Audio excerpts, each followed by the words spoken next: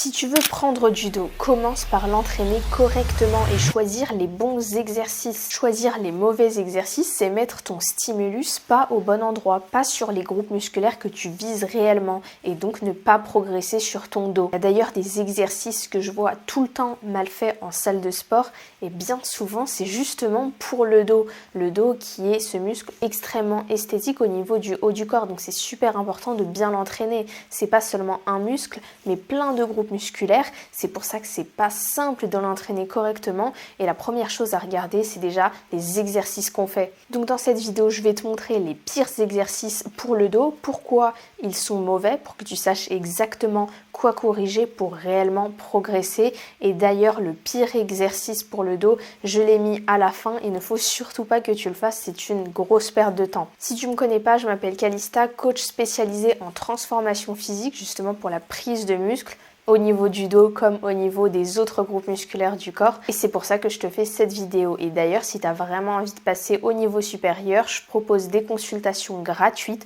on va pouvoir analyser ce que tu fais pour le dos comme de manière générale dans ton programme et que je te donne des conseils pour t'améliorer. C'est gratuit et le lien est dans la bio. Qu'est-ce qui fait un mauvais exercice pour le dos déjà pour commencer? Déjà, il va y avoir la stabilité. Si tu n'es pas suffisamment stable, tu ne peux pas être dans les meilleures conditions pour produire de la force sur les muscles du dos. Et donc, ça va être ça qui va te limiter dans tout mouvement.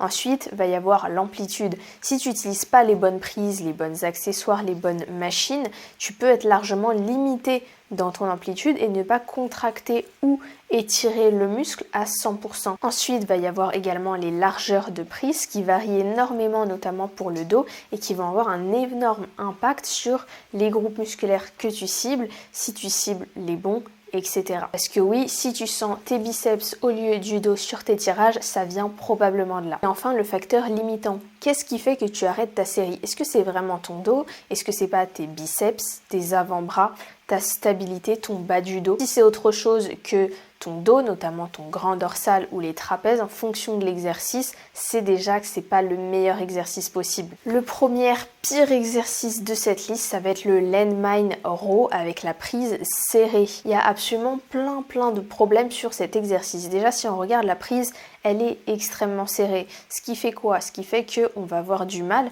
à tirer complètement, à serrer réellement ses omoplates parce qu'on va être complètement limité dans notre propre mouvement. Ensuite, cette prise serrée fait aussi qu'on va avoir beaucoup plus de flexion au niveau du coude. On va beaucoup plus engager les biceps contrairement au dos directement. Le fait d'être dans cette position, ça va également faire d'autres choses, notamment que le bas du dos va fatiguer en premier. Tu vas avoir des douleurs au niveau de ton bas du dos, c'est ça qui va te faire arrêter ta série et non pas réellement les muscles du dos. Et enfin, vu que tu n'as pas réellement de support et que tu es incliné, très souvent au fur et à mesure de la série, ton inclinaison va changer. Tu vas de plus en plus te mettre debout, donc pour compenser, sauf que donc tes muscles du dos vont moins bien travailler. Tu as un mouvement qui n'est pas standardisé, c'est-à-dire qui n'a pas la même tête à la première et à la dernière répétition, et ça c'est un problème. Et tu finis avec des demi-répétitions, des amplitudes pas du tout efficaces et un exercice très moyen. Ensuite on a le rowing bar, ça va être un exercice un petit peu moyen pour les mêmes raisons, notamment au niveau du buste. Le buste n'est toujours pas supporté, ce qui fait que ton inclinaison va encore une fois varier, que le bas du dos va encore une fois fatiguer avant tes muscles du dos et ça en fait un exercice un petit peu bof si tu veux réellement isoler ton dos. Là, on n'a pas le même problème au niveau de la prise qui peut être beaucoup plus large et modulable. Par contre, ce qu'on constate, c'est beaucoup de triche sur cet exercice, des amplitudes qui finissent par être très moyennes et un dos réellement pas si bien recruté. Ensuite, on va avoir la machine de tirage vertical qui va être divergente.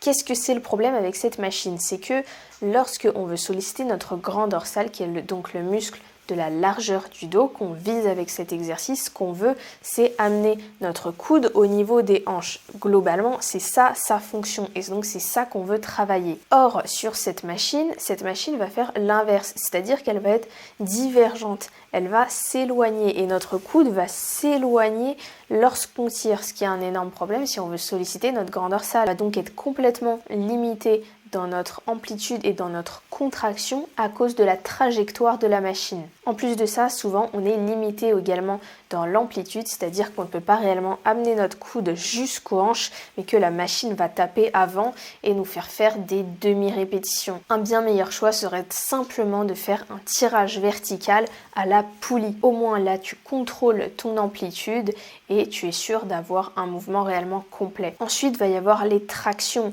Attention, bien évidemment, pour certains profils. Pour moi, la majorité des personnes qui font des tractions ne devraient pas en faire, tout simplement parce qu'elles n'ont pas la force nécessaire pour réaliser le mouvement complet et correctement avec une amplitude parfaite. Et le fait qu'ils n'aient pas cette force-là, ça fait qu'ils vont faire des demi-répétitions, qui vont pas étirer complètement leur grand dorsal, qui vont juste faire la phase haute, qui vont arrondir leur dos, qui vont pas exécuter correctement et ils vont tout tirer avec tes biceps. Donc, si tu es capable de réaliser une traction parfaite avec amplitude correcte et une bonne trajectoire, fais-en, il n'y a pas de souci. Par contre, si tu ne te reconnais pas et que tu dégrades ta technique sur les tractions, soit tu vas faire des tractions assistées à la place et progresser là-dessus et peut-être réussir à faire des tractions un petit peu plus tard, soit faire un tirage vertical encore une fois à la poulie. Ensuite, il y a le tirage vertical à la poulie mais avec une prise trop serrée. On revient à cette fameuse prise-là qui est utilisée pour notre premier exercice.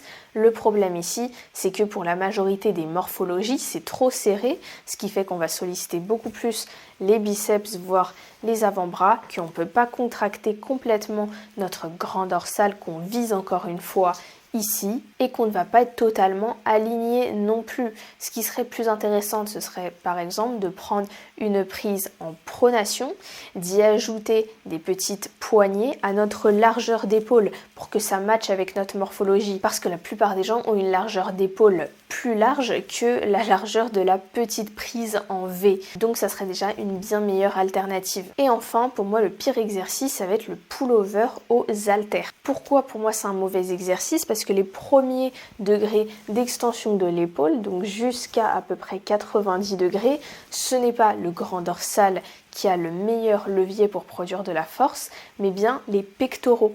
Et donc ce n'est pas un très bon exercice pour le grand dorsal en l'occurrence, parce que les pectoraux ont beaucoup plus de levier pour bosser sur cette amplitude de mouvement et le grand dorsal beaucoup moins. Le grand dorsal va avoir un bien meilleur levier à partir de 90 degrés, donc sur cette partie-là, sauf qu'un pullover aux haltères, dû à la gravité, on fait les premiers 90 degrés et non pas les derniers, ce qui fait qu'on est beaucoup plus focus sur les pecs que réellement sur le grand dorsal. Donc une bien meilleure alternative, ce serait de faire un pullover à la poulie, ce qui fait que tu vas pouvoir régler ta poulie et commencer ton mouvement à peu près 120 degrés, d'accord, pas forcément 90 degrés, le grand dorsal il travaille à partir de 120 degrés, d'accord, mais tu vas éviter ces tout premiers degrés où c'est les pecs qui vont le plus travailler et tu vas surtout pouvoir terminer ton extension de l'épaule complètement pour contracter complètement ton grand dorsal, là où aux haltères, tu es arrêté à 90 degrés et donc au final, le grand dorsal, il va bosser sur une toute petite partie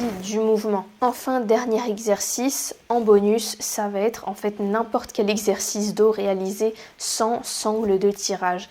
Si tu veux développer ton dos et que tu n'utilises pas de sangle, en fait, tu ne veux pas réellement développer ton dos. Clairement, je ne peux pas le croire parce que tes avant-bras sont plus faibles que les muscles de ton dos. Ils sont plus faibles quoi que tu dises. Donc, c'est-à-dire que pourquoi tu arrêtes ton exercice dans ta série, ça va être à cause de tes avant-bras qui vont venir lâcher, qui vont glisser ou qui vont juste lâcher la barre, d'accord? Ça va pas être ton dos qui va lâcher parce que personne n'a des avant-bras plus forts que un dos, tout simplement. Donc il faut juste que tu investisses dans ce petit accessoire pour pouvoir arrêter tes mouvements lorsque ton dos n'en peut plus et pas lorsque tes avant-bras n'en peuvent plus.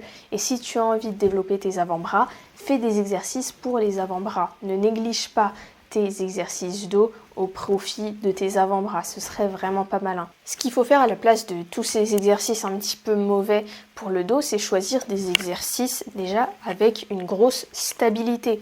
Donc tout ce qui va avoir un support au niveau du buste, en particulier pour les tirages horizontaux, Ça va te permettre de ne plus avoir ce problème de bas du dos qui lâche avant le reste, de stabilité, de buste qui varie en termes d'inclinaison, etc. La stabilité, c'est vraiment la chose la plus importante pour tes exercices de tirage.